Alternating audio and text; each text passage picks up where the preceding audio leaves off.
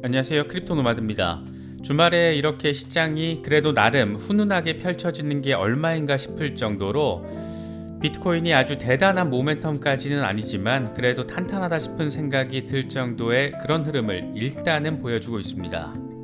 비트코인은 24,000달러 중반에서 오르내리면서 이 구간의 저항을 해소하고 있는 상황입니다. 오버헤드 저항 구간을 뛰어넘기가 그렇게 간단치는 않은 모습인데 이번에 한 번 더 돌파 시도를 하게 되면 최근 들어서 세 번째 돌파 시도이고 어쩌면 이번에는 잘 지지를 받고 25,000달러 위로 올라설 수 있지 않을까 그런 기대감도 갖게 되는 것 같습니다.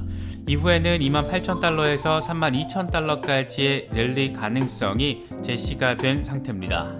늘상 강세론을 견지해왔던 분석가들은 요즘 더 전폭적인 전망을 제시하고 있습니다.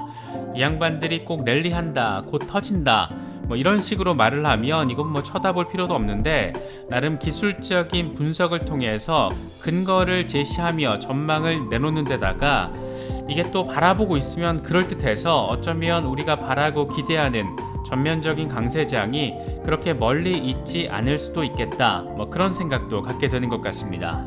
리플 소송과 관련해서는 아주 흥미로운 소식이 더해졌습니다. 전직 SEC 소속 변호사가 밝힌 내용인데 핵심은 XRP가 이더리움이나 비트코인과 유사하고 하위 테스트 적용에 그러니까 증권 여부를 결정하는 하위 테스트 적용에는 적합하지 않다 이렇게 밝힌 겁니다.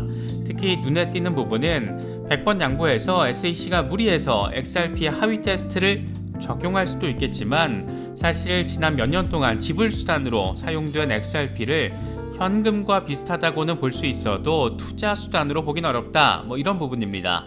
이번 리플 소송이 정상적이거나 일반적인 기준에 따른 소송 제기가 아니었다라는 점을 새삼 느낄 수 있는 부분입니다. 거시경제 상황과 관련해서는 이번 주에도 몇 가지 지표가 발표됩니다. 7월 소매 판매 지표가 공개되고 지난달 연준의 FOMC 회의록 내용이 공개되기도 합니다. 지난주까지 발표된 인플레이션 지표들이 대부분 긍정적이다 보니까 이런 흐름을 뒷받침할 수 있는 데이터 수치가 나와줄 수 있을지 여부가 관건인데 소매 판매의 경우에는 전달 대비 0.1% 증가 수준으로 예측된 상태입니다. 이게 또 예상보다 잘 나와준다라면 투자 심리 개선에도 상당히 긍정적인 영향을 미칠 것으로 기대해 볼 수 있습니다. 나름 기대 포인트를 갖게 만드는 소식들 여럿 이어지고 있습니다. 여러 소식들 잘 참고하실 수 있으면 좋겠습니다. 본격적인 시작에 앞서서 좋아요와 구독 또 알림 설정 꼭 부탁드리겠습니다. 영상 제작에 아주 큰 도움 된다는 말씀 함께 드립니다. 그럼 시작하겠습니다. 먼저 비트코인 상황입니다. 조금 아쉽다면 25,000달러 돌파 아직 제대로 이뤄내지 못하고 있다라는 점이고 그래도 다행이라면 24,000달러 중반에 자리한 오버헤드 저항 돌파에 대한 시도 지속적으로 이어가고 있다라는 데 있습니다. 공포 탐욕 지수는 하루 전보다 1포인트 상승한 47을 기록하면서 드디어 중립 단계로 진입했습니다. 투자 심리가 중립 단계에 접어든 것은 지난 4월 이후 넉 달 만에 처음 있는 일입니다. 그렇게 주구장창 극단적인 공포 단계에 머물렀었는데 그래도 이 정도면 많이 왔다 이런 생각이 들기도 합니다. 비트코인 도미넌스는 여전히 40%대 횡보 상황을 보이고 있는 반면 이더리움 도미넌스의 경우에는 21% 수준에 자리하면서 올해 들어서 최고 수준의 시장 지배력을 확인하고 있습니다. 크립토 미디어들의 분석을 보나 전문 분석가들의 전망을 보나 시장의 대장들이 보여주는 흐름 자체에 대해서는 긍정적인 평이 우세한 모습입니다. 먼저 코인텔레그래프는 비트코인이 안도 랠리를 하면서 다시 조정을 받을 수도 있지만 그럼에도 28,000달러 상방향 목표는 아직 유효하다 이런 분석을 제시했습니다.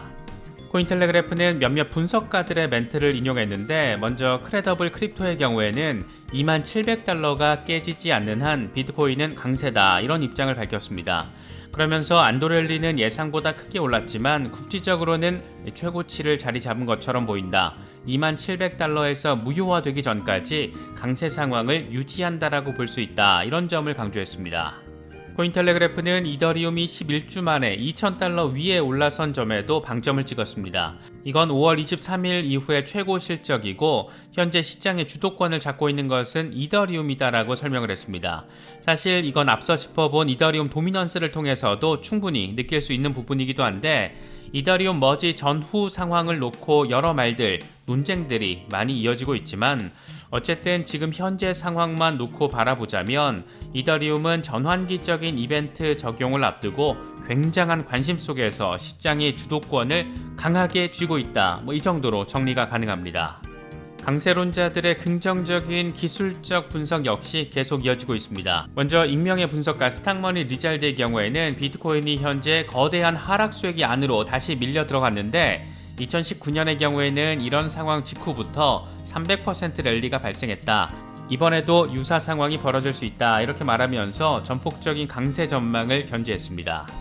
또 다른 분석가 크립토 타이탄의 경우에도 비트코인의 엘리엇 파동 분석을 통해서도 강세 상황을 확인할 수 있다라면서 비트코인이 충동적 수준의 움직임과 의미 있는 수준의 거래량을 통해서 25,000달러를 돌파할 경우에는 엘리엇 파동 분석은 유효하다 이렇게 설명을 했습니다.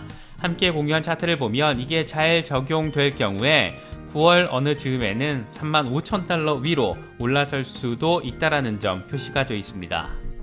렉트캐피털의 경우에는 이더리움이 더 높은 지지선을 만들면서 1차적 저항 라인을 성공적으로 뚫어냈다라는 점을 강조했습니다. 그러면서 이더리움은 조정을 통해 추가 하락이 발생할 수도 있지만 현재 지지 라인을 유지할 경우에 차트에서 검은색 라인으로 표시된 2275달러까지 나아갈 수도 있다라는 점도 함께 설명했습니다.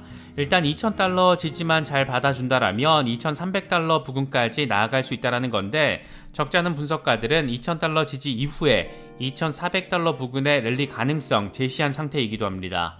결국 지금 아주 중요한 상황에 자리 잡고 있다는 점을 느낄 수 있는 그런 부분이기도 합니다. 리플 소송과 관련해서는 전직 SEC 변호사가 아주 재미있는 분석을 제시했습니다. 존 벨이라는 이름의 전 SEC 변호사 출신의 인물인데 비트코인이나 이더리움과 마찬가지로 XRP도 하위 테스트 적용에는 적합하지 않다 이런 입장을 밝힌 겁니다. 그는 최근 팟캐스트 방송에 출연해서 XRP에 하위 테스트를 적용하는 것이 왜 적합하지 않은지에 대해서 설명을 했는데 비트와 이더, XRP가 차이점도 물론 있지만 적어도 그 어느 것도 하위 테스트 적용에는 적합하지 않다라고 강조했습니다. 그러면서 SEC가 점점 더 공격적으로 변하고 있다. 리플 사례가 바로 이 공격적 사례 범주에 들어간다. XRP는 비트나 이더와 매우 유사한데 그럼에도 불구하고 SEC는 이더에 대해서는 소송을 제기한 적이 없다. 이렇게 지적을 했습니다. 그는 이어서 SEC 입장에서는 XRP가 비트코인만큼 분산화되어 있지 않다라는 점을 지적할 수가 있다. 그래서 SEC는 XRP가 하위 테스트에 적합하다라는 주장을 제시할 수도 있다. 그럼에도 불구하고 이게 설득력이 떨어지는 것은 지난 몇 년 동안 재화와 용역을 지불하는 데 사용되어 온 XRP가 투자 수단이 아니라 현금과 비슷하다고 주장할 수 있는 부분이 존재하기 때문이다. 이렇게 설명을 했습니다. 이미 수년 동안 디지털 통화로서 역할을 해왔는데 이걸 투자 수단이라고 규정하면서 하위 테스트를 적용하는 것은 무리다. 이런 얘기를 지금 하고 있는 겁니다. 이 같은 주장이 나왔는데 우리의 존 디튼 변호사가 가만히 있을 리 물론 없고 그는 이런 내용을 담은 기사를 공유하면서 전직 SEC 변호사가 XRP가 증권이 아니라고 밝혔다. 이제 현직 SEC 변호사가 이걸 시인하는 일만 남았다. 이렇게 강조했습니다. 전직 내부 고발성 멘트가 나와줬으니까 양심이 있다라면 현직 인물의 내부 고발성 멘트도 나와줘야 한다라는 점을 강조한 것으로 바라볼 수가 있습니다. 시간이 갈수록 리플 소송은 참 재미지게 흘러가고 있고 진짜 왜 SEC는 리플을 타겟으로 한 것일까? 정말 전직 고위 관료들의 사익 추구를 목적으로 이더를 띄우고 리플을 죽이기 위한 것이었을까? 참 여러가지 생각을 갖게 만드는 것 같습니다. 이제 조만간 힘먼 스피치 공개 명령에 불복한 SEC의 입장에 대해서 법원의 마지막 한 방이 이제 제시가 될 텐데 힘먼 스피치 이메일 내용 등 SEC 기밀 문건들이 공개가 되면 우리 입장에서는 편안한 마음으로 8월 증거 증인 채택 갈래치기 여부를 잘 바라보고 9월 13일 약식 재판 브리핑 시작을 기다리면 될 것 같습니다. 사라 네펀 판사가 두세 번에 걸쳐서 동일한 명령을 내렸던 건데 지금 상황에서 굳이 상급자인 아날리사 토레스 판사가 SEC의 추가적인 증거 제시도 없는 상황에서 기존의 법원 명령을 뒤집을 가능성 거의 없지 않을까 개인적으로는 바라보고 있습니다. 지금 이렇게 시장 전반에 활기를 불어넣는 것은 인플레이션 상황이 완화됐다라는 데이터가 지난주 내내 이어졌었기 때문인데 거시경제의 상황과 관련해서는 이번 주에도 몇 가지 주목해서 바라볼 필요가 있는 것들이 있습니다. 이번 주에는 7월 소매 판매 지표가 공개되고 지난달 연준 FOMC 회의록이 공개가 되기도 합니다.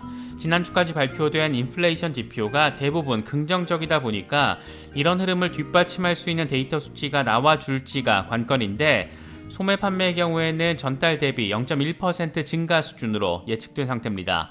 이게 또 예상보다 좀 더 잘 나와준다라면 그만큼 소매 판매, 사람들이 지갑을 더 열었다라는 것을 보여주는 것이어서 투자 심리 개선에도 긍정적인 영향을 미칠 것으로 기대해 볼 수가 있습니다. 이 데이터는 8월 17일에 발표가 됩니다. 같은 날 연준의 지난달 FOMC 회의록도 공개가 되는데 관건은 지난달 회의를 통해서 9월의 금리 인상 범위와 관련된 의미 있는 멘트가 존재했느냐 여부입니다. 일단 시장에서는 훈훈한 분위기 속에서 9월 금리 인상 가능성은 0.75%포인트보다 0.5%포인트 인상이 더 높다라고 바라보고 있습니다. 다만 이 비율이 계속 변하고 있는데 0.5%포인트 인상 가능성이 75%대까지 올라갔었지만 지금은 55%대로 후퇴한 상황입니다. 역시나 어떤 결과가 벌어질지는 벌어져 봐야 알 수 있다는 점 새삼 느끼게 되는 것 같습니다. 많은 소식들이 전해지고 있습니다. 그래도 모처럼 사흘 연휴이기도 하니까 시장 체크도 중요하지만 멘탈 체크, 휴식도 잘 챙기실 수 있으면 좋겠습니다. 이번에 준비한 영상은 여기까지입니다. 영상이 도움이 되셨다면 좋아요와 구독 또 알림 설정 꼭 부탁드리겠습니다. 영상 제작에 아주 큰 도움 된다는 말씀 함께 드립니다. 언제나 성투하시기를 기원하겠습니다. 시청해주셔서 감사합니다. 지금까지 크립토 노마디였습니다.